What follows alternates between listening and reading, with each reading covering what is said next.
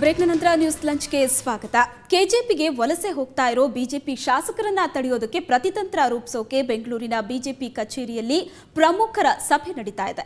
ಈಶ್ವರಪ್ಪ ನಡೆಸ್ತಾ ಇರೋ ಸಭೆಯಲ್ಲಿ ವಿವಿಧ ಮೋರ್ಚಾಗಳ ಅಧ್ಯಕ್ಷರು ಪಾಲ್ಗೊಂಡಿದ್ದಾರೆ. ಸಭೆಗೂ ಮೊದಲು ಮಾತನಾಡಿದ ಈಶ್ವರಪ್ಪ, ಬಿಜೆಪಿ ಶಾಸಕರಾದ ಹರತಾಳು ಹಾಲಪ್ಪ, ಬಿಪಿ ಹರೀಶ್, ನೆಹರು ಓಲೇಕಾರ್, ತರೀಕೆರೆ ಶಾಸಕ ಸುರೇಶ್ ಕೆಜೆಪಿಗೆ ಹೋಗ್ತಾರೆ, ಅವರಿಗೆ ಬಿಜೆಪಿ ಟಿಕೆಟ್ ಕೊಡಲ್ಲ ಅಂತ ಹೇಳಿದ್ರು. ಅವರನ್ನ ಹೊರತುಪಡಿಸಿ ಉಳಿದವರಿಗೆ ಬಿಜೆಪಿಯಿಂದ ಟಿಕೆಟ್ ನೀಡಲಾಗುವುದು ಅಂತ ಹೇಳಿದ್ರು. ಈಗ ನಮ್ಮ ಭಾರತೀಯ ಜನತಾ ಪಾರ್ಟಿನಲ್ಲಿ ಇರೋಂಥ ಯಾವುದೇ ಶಾಸಕರಿಗೆ ನಾವು ಟಿಕೆಟ್ನ ಕೊಟ್ಟೇ ಕೊಡ್ತೀವಿ, ಇದರಲ್ಲಿ ಅನುಮಾನ ಇಲ್ಲ. ಈ 4 ಜನ ಏನು ಘೋಷಣೆ ಮಾಡಿದ್ದಾರೆ, ನಾವು KJP ಹೋಗ್ತೀವಿ ಅಂತ. ಮಾನ್ಯ ತರೀಕೆರೆ ಸುರೇಶ್ ಅವರು, ಹರಿಹರದ ಹರೀಶ್ ಅವರು, ಸೊರಬದ ಹಾಲಪ್ಪನವರು, ನೆಹರು ಓಲೇಕಾರ ಹೇಳಿದ್ದಾರೆ. ಈ 4 ಜನ ಬಿಟ್ಟರೆ 5ನೇರು ನನಗಂತೂ ಗೊತ್ತಿಲ್ಲ. ಹಾಗಾಗಿ ಇವ್ರು 4 ಜನ ಹೇಳಿಕೆ ಕೊಟ್ಟಿದ್ದಾರೆ, ಇನ್ನೂ ಅವ್ರು ಹೋಗ್ತಾರೋ ಬಿಡ್ತಾರೋ ಅದು ಗೊತ್ತಿಲ್ಲ. ಆದರೆ ಭಾರತೀಯ ಜನತಾ ಪಾರ್ಟಿಯ ಎಲ್ಲ ಶಾಸಕರಿಗೂ ನಾವು ಈಗಿರೋರಿಗೆ ಅವರ ನಡೆ ನುಡಿ ಎಲ್ಲ ವ್ಯತ್ಯಾಸ ಮಾಡಿಕೊಂಡಿರೋದ್ರಿಂದ ಎಲ್ರಿಗೂ ಟಿಕೆಟ್ ಕೊಡ್ತೇವೆ. ಈ ಬಗ್ಗೆ ಹೆಚ್ಚಿನ ಮಾಹಿತಿಯನ್ನ ನೀಡೋದಕ್ಕೆ ಜಯಪ್ರಕಾಶ್ ಶೆಟ್ಟಿ ಬಿಜೆಪಿ ಕಚೇರಿಯಿಂದ ನಮ್ಮೊಂದಿಗೆ ನೇರ ಸಂಪರ್ಕದಲ್ಲಿದ್ದಾರೆ. ಜಯಪ್ರಕಾಶ್, ಒಟ್ಟಾರೆ ಬಿಜೆಪಿಲೇ ಸಾಕಷ್ಟು ಸಮಸ್ಯೆಗಳಿದೆ, ಅದನ್ನೇ ಬಗೆಹರಿಸ್ಕೊಳ್ಳೋಕ್ಕಾಗದೆ ಒದ್ದಾಡ್ತಾ ಇದ್ದಾರೆ. ಅದರಲ್ಲೂ KJP ಅನ್ನೋದು ಬಿಜೆಪಿಗೆ ಇನ್ನೂ ದೊಡ್ಡ ತಲೆನೋವಾಗಿ ಪರಿಣಮಿಸಿದೆ. ಇವತ್ತು ಸಭೆ ಕೂಡ ನಡೀತಾ ಇದೆ ಪ್ರಮುಖರ ಸಮ್ಮುಖದಲ್ಲಿ. ಏನೆಲ್ಲ ವಿಷಯಗಳು ಚರ್ಚೆ ಆಗ್ತಾ ಇದೆ ಸಭೆಯಲ್ಲಿ? ಬಹಳ ಪ್ರಮುಖವಾಗಿ 2 ವಿಷಯಗಳನ್ನು ಇಲ್ಲಿ ಗಮನಿಸಬೇಕು ಶ್ವೇತಾ. ಒಂದೇನು ಅಂತಂದರೆ, ಚುನಾವಣೆ ಹತ್ತಿರ ಬರ್ತಾ ಇದೆ. ಮೇ 30ರ ಒಳಗಾಗಿ ಹೊಸ ಸರ್ಕಾರ, ಹೊಸ ಮುಖ್ಯಮಂತ್ರಿ ಅಸ್ತಿತ್ವಕ್ಕೆ ಬರಲೇಬೇಕು. ಅದು ನಮ್ಮ ಪ್ರಜಾತಂತ್ರ ವ್ಯವಸ್ಥೆ. ಸೊ ಹಾಗಾಗಿ ಮತ್ತೊಂದು ಕಡೆ ಬಿಜೆಪಿಗೆ ಎದುರಾಗಿರುವಂಥ ದೊಡ್ಡ ಸಮಸ್ಯೆ ಏನು ಅಂತಂದರೆ, KJP ಎಲ್ರಿಗೂ ಗೊತ್ತಿರುವಂಥದ್ದು, ಬಲಿಷ್ಠ ನಾಯಕ ಯಡಿಯೂರಪ್ಪನವರು ಬಿಜೆಪಿಯಿಂದ ಹೊರಗೆ ಹೋಗಿರುವಂಥದ್ದು.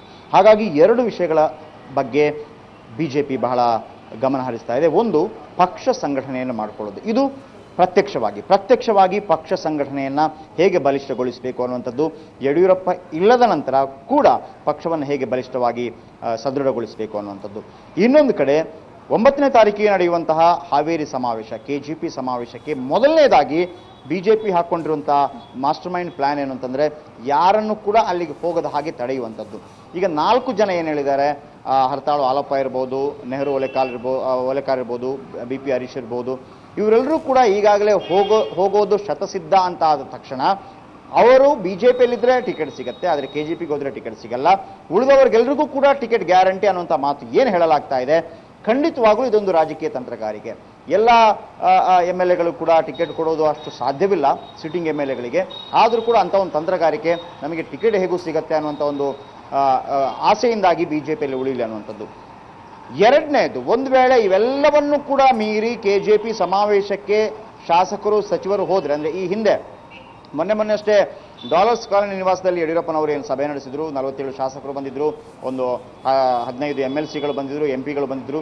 ಇದೇ ರೀತಿ ನಾಳಿದ್ದು ಹಾವೇರಿ ಸಮಾವೇಶಕ್ಕೂ ಕೂಡ ಸಚಿವರು ಶಾಸಕರು ಹೋದರೆ ಏನು ಮಾಡಬೇಕು ಅನ್ನುವಂಥದ್ದು.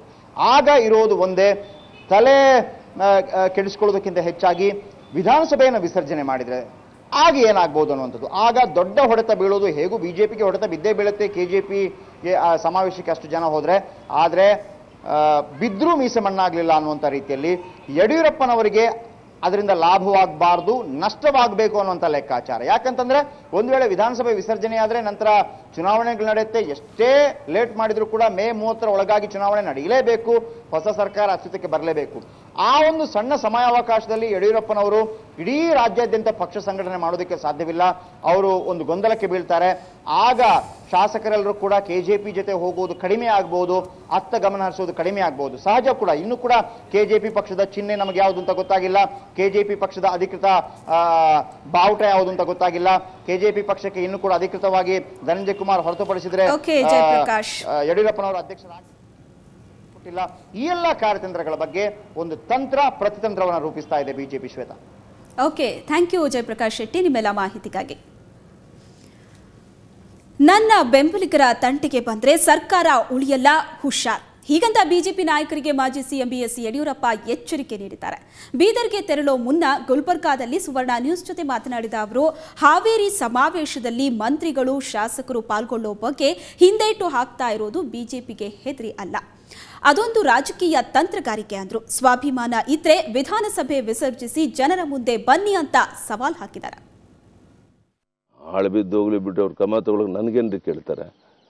ಆಯ್ತು, ಅವ್ರು ತಾನೇ ಮಾಡಬೇಕಾಗಿರುವಂಥದ್ದು. ಕ್ರಮ ತಗೊಳ್ಳೋದ್ರ ಬದಲು ಇವತ್ತೇ ಕ್ರಮ ತಗೊಳ್ಳಿ ವಿಧಾನಸಭೆ ವಿಸರ್ಜನೆ ಮಾಡಲಿ. ಯಾರಿಗೆ ಧಮಕಿ ಹಾಕ್ತಾರೆ ಅವರು? ನಮ್ಮ ಬೆಂಬಲದಿಂದ ಈ ಸರ್ಕಾರ ನಡೀತಾ ಇದೆ ಅಂತ ಗೊತ್ತಿಲ್ಲ ಅವ್ರಿಗೆ. ಯಾರ್ಯಾರು ಶಾಸಕರು ನಮ್ಮ ಜೊತೆಗೆ ಓಡಾಡ್ತಾರೆ ಅಂದಮೇಲೆ ಇನ್ನೇನು ಬಂದು ನಿಮಗೆ ಅಂದಲ್ಲಿ ಬಂದು ವಿಧಾನಸಭೆ ಕೈ ಎತ್ತಬೇಕಾ? ಬೆಳಿಗ್ಗೆ ಎದ್ರು ವಾಕ್ ಮಾಡಬೇಕಾದ್ರೆ ನಮ್ಮ ಬೇರೆ ಜಿಲ್ಲೆಗೆ ಹೋಗ್ಬೇಕಾದ್ರೆ ನಮ್ಮ ಬೆಂಬಲಿಗರು ನನ್ನ ಜೊತೆಗೆ ಇದ್ದಾರೆ ಅಂತ ಗೊತ್ತಾದ ಮೇಲೆ ಅರ್ಥ ಆಗೋಲ್ಲ ನಿಮಗೆ 35-45 ಜನ ನನ್ನ ಜೊತೆಗಿದ್ದಾರೆ ಅಂತ. ಇನ್ಯಾವ ಪರೀಕ್ಷೆ ಬೇಕು? ಕೈಯಲ್ಲಿರೋ ಹುಣ್ಣು ಕನ್ನಡಿಬೇಕಾ? ನನ್ನ ಜೊತೆಗೆ ಬೆಂಬಲಿಗರು ಇರೋದು ನಿಜ. 50ಕ್ಕೂ ಹೆಚ್ಚು ಜನ MLAಗಳು MP ಗಳು ಅಲ್ಲ ಮಂತ್ರಿಗಳು.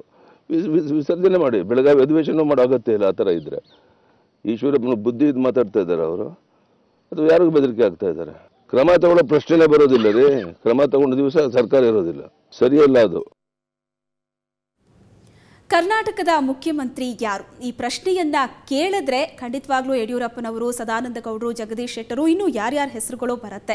ಆದರೆ ಖಂಡಿತವಾಗ್ಲೂ ಈಗಿನ ಮುಖ್ಯಮಂತ್ರಿಯಾದಂತಹ ಜಗದೀಶ್ ಶೆಟ್ಟರ್ ಅವರು ಎಷ್ಟರ ಮಟ್ಟಿಗೆ ಜನರ ಮನಸ್ಸಿನಲ್ಲಿ ಮನೆ ಮಾಡಿದ್ದಾರೆ, ಎಷ್ಟು ಜನ ಸರಿಯಾದ ಉತ್ತರವನ್ನ ಕೊಡ್ತಾರೆ, ಇದನ್ನ ನೋಡ್ತಾ ಒಂದು ಚಿಕ್ಕ ಬ್ರೇಕ್ ತಗೊಳ್ಳಿ. ಸರ್, ಕರ್ನಾಟಕ ಮುಖ್ಯಮಂತ್ರಿ ಯಾರು? ಸದಾನಂದ ಗೌಡ. ಕರ್ನಾಟಕದ ಮುಖ್ಯಮಂತ್ರಿ ಯಾರು? ಸದಾನಂದ ಗೌಡ. ಶೇರ್ ಗ್ಯಾರಂಟಿನಾ? ಗ್ಯಾರಂಟಿ. ಕರ್ನಾಟಕದ ಮುಖ್ಯಮಂತ್ರಿ ಯಾರು? ಟೈಮು ನಮ್ಗೆ ಅಷ್ಟು ಗೊತ್ತಾ ಬಿಡಿ. ಕರ್ನಾಟಕದ ಮುಖ್ಯಮಂತ್ರಿ ನಮ್ಗೆ ಅಷ್ಟು ಗೊತ್ತಾ ಬಿಡಿ. ಸಿಂಪಲ್. ಕರ್ನಾಟಕದ ಮುಖ್ಯಮಂತ್ರಿ ಯಾರು? ಟೈಮ್ ಆಯ್ತು.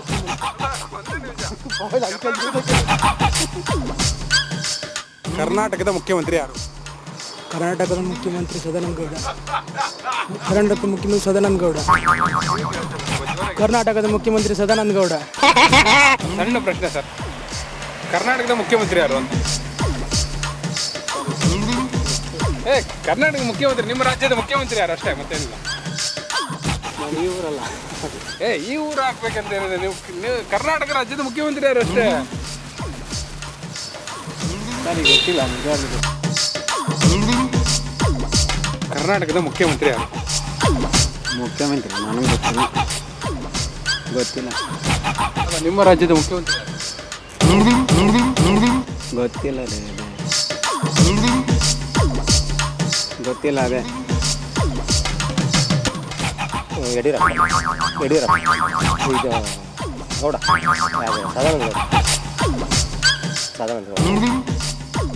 ಆಮೇಲೆ ಯಡಿಯೂರಪ್ಪ. ಹೇಳಿ ಸರ್ ಮತ್ತೆ. Yediyurappa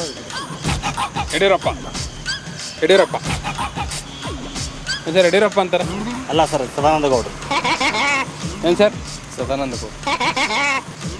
okay, thank you. ಸರಿನಾ? ಕರೆಕ್ಟಾ?